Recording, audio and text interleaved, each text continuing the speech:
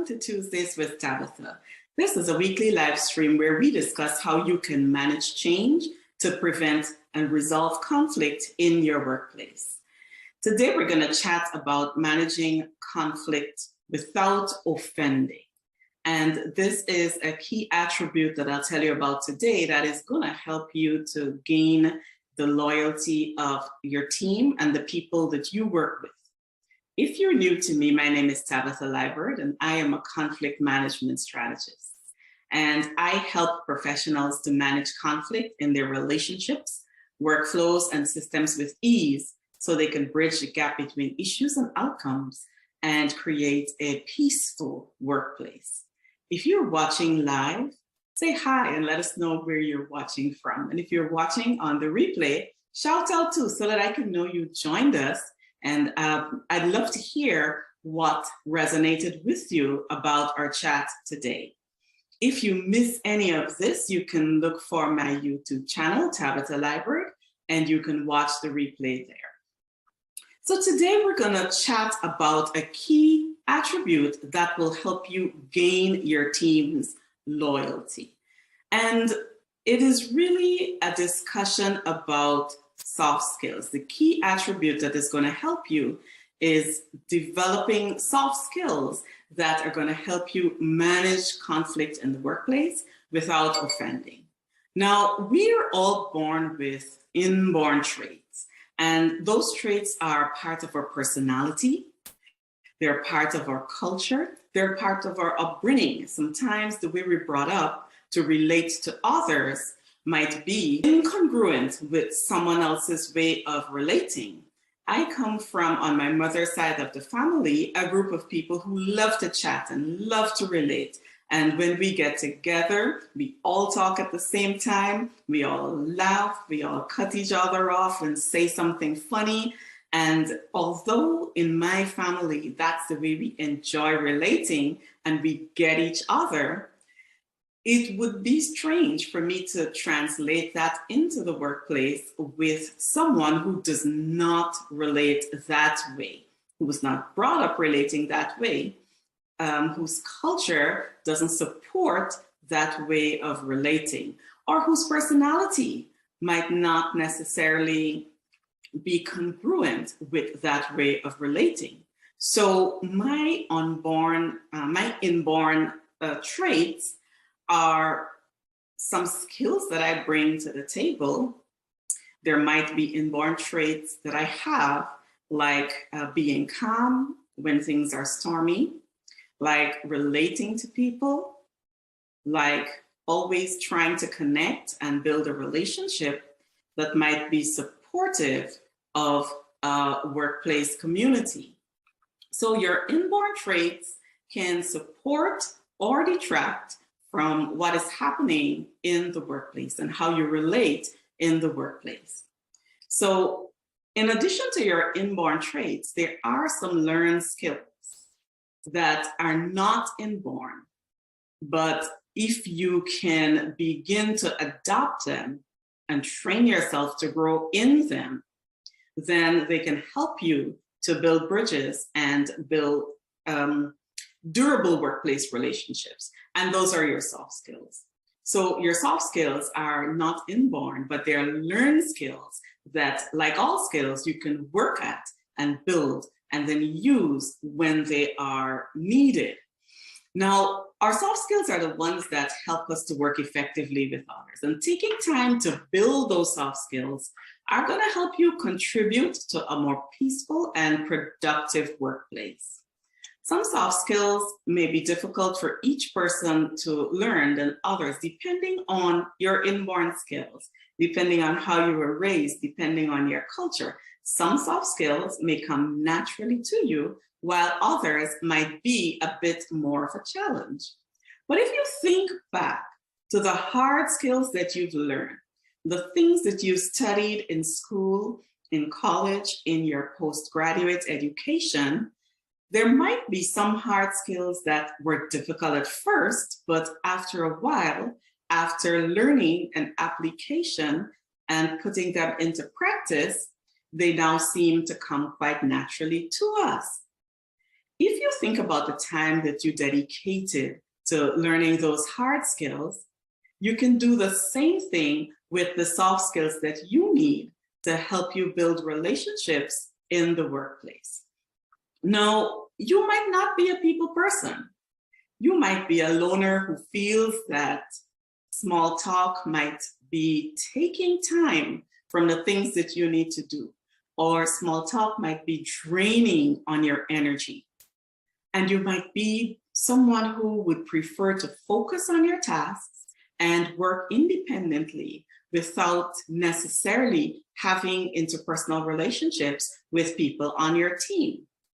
Or you might be a people person who values your productivity and always wants to meet your deadlines and exceed expectations. And to do that, you may find that interacting with coworkers throughout the day may keep you from work, even though you are a people person. Now, either way, you might not be wired to being social during work time. And you may think that anything that gets in the way of your work can be an annoyance. But my friend, I want to say this to you. It is often more expensive to repair a relationship than to maintain one. And I say this because humans are wired for connection. Human beings are wired for connectivity, which is what researchers say brings most humans happiness. At 10 to 1, the people who work around you are humans who are wired for connectivity in certain ways. And so a rupture is a break in a communication between two people. And where a relationship is ruptured and there is no repair, there is often fear, anger, resentment, confusion, insecurity, and many other things, feelings and emotions that will detract from repairing a relationship. This is true too for workplace relationships. And one of the things that is very, very useful in repairing relationships is communication. Now, the first thing that comes to mind when we think about the word communication is communication that is spoken or written, words that are spoken or written. But speaking and writing are just two ways that we can communicate. Think about the impact of sustaining healthy and meaningful communication inside of your workplace, where there is respectful communication, where people respect each other, and there are benefits flowing from that respect, like trust, like good workplace relationships, like being able to be inclusive in the workplace environment, because a lack of communication or bad communication is not in any way alienating anyone. Think about the way that employee meetings flow better and people are more effective in what they do when you have the kind of communication that is going to help you always be closing gaps between issues and outcomes and creating a peaceful and productive and profitable workplace. So I want to show you a solution that is going to help you communicate in a way that is open and approachable, so that people always believe that you are communicating honestly. And it's going to help you too to communicate honestly and also maintain peace and productivity in your workplace. And this is to brush up on your nonverbal communication. So tip number 1, brushing up on your nonverbal communication, communicating without words. So things like your eye contact, things like your posture, you want to pay attention to your nonverbal communication. And it starts with awareness. It starts with you paying attention to how you use your body. So for example, if you're talking to someone and you lean in too much so that you encroach on their personal space, or you fold your arms or you step back in a way that puts up barriers between someone, You want to try when you're talking with someone to maintain an open stance and to have frequent eye contact that is enough to show that you connect with them, but not too much that it becomes creepy and they're wondering, why is this person staring at me dead in the eye all the time? So you have that relaxed posture, and you have your nonverbal encouragers, like your open hand stance and, some slight inclining of the head towards the person so that they feel included and they feel that you are connected with them and interested in what they have to say. Another tip that is going to help you communicate from the heart is to be mindful too of your verbal communication. So the things that you say, the words that you have, this honest communication that is key to building your workplace relationships and developing professionalism. And while you don't necessarily need to discuss personal topics or private topics in the workplace, being transparent and honest in relation to work matters and being generally willing to communicate with others is vital. So if you feel that there is something that you're working on and you are not meeting the mark, being transparent with the people around you, being open, asking for help, and assuming best intentions when someone approaches you to help, assuming that they really do want to see you succeed, and assuming that they really do want to help you, and accepting that help graciously, and sharing, something that you may be working on, that you might be struggling a little bit with. When you are vulnerable with people in a way that is supportive in an office environment, it is an indicator of trust.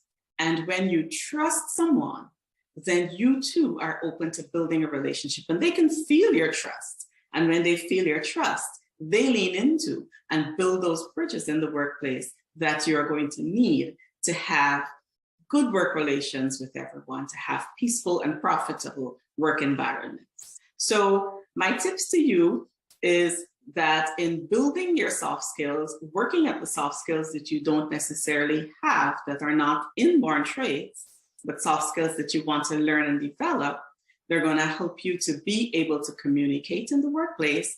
And in doing that, you're going to be fulfilling a vital need that's going to restore relationships and have the key attributes of soft skills: your nonverbal communication, your verbal communication, your honesty, your vulnerability, the way that you speak, the way that you react, the way that you hold your body, things like that, that will make people around you comfortable, build trust, and help you to be a likable boss. Now, if you would like to put any of these things that we discussed today in action, or if you yourself are working on a project and you want to share how it's going or run it by a group of professionals so that you can get feedback, I invite you to click the link below and join our upcoming Thinking Mastermind, where CEOs and senior executives from various companies get together and we share thoughts and insights on the topics that we discuss. So thank you very much for being here, and I'll see you in the next Thinking.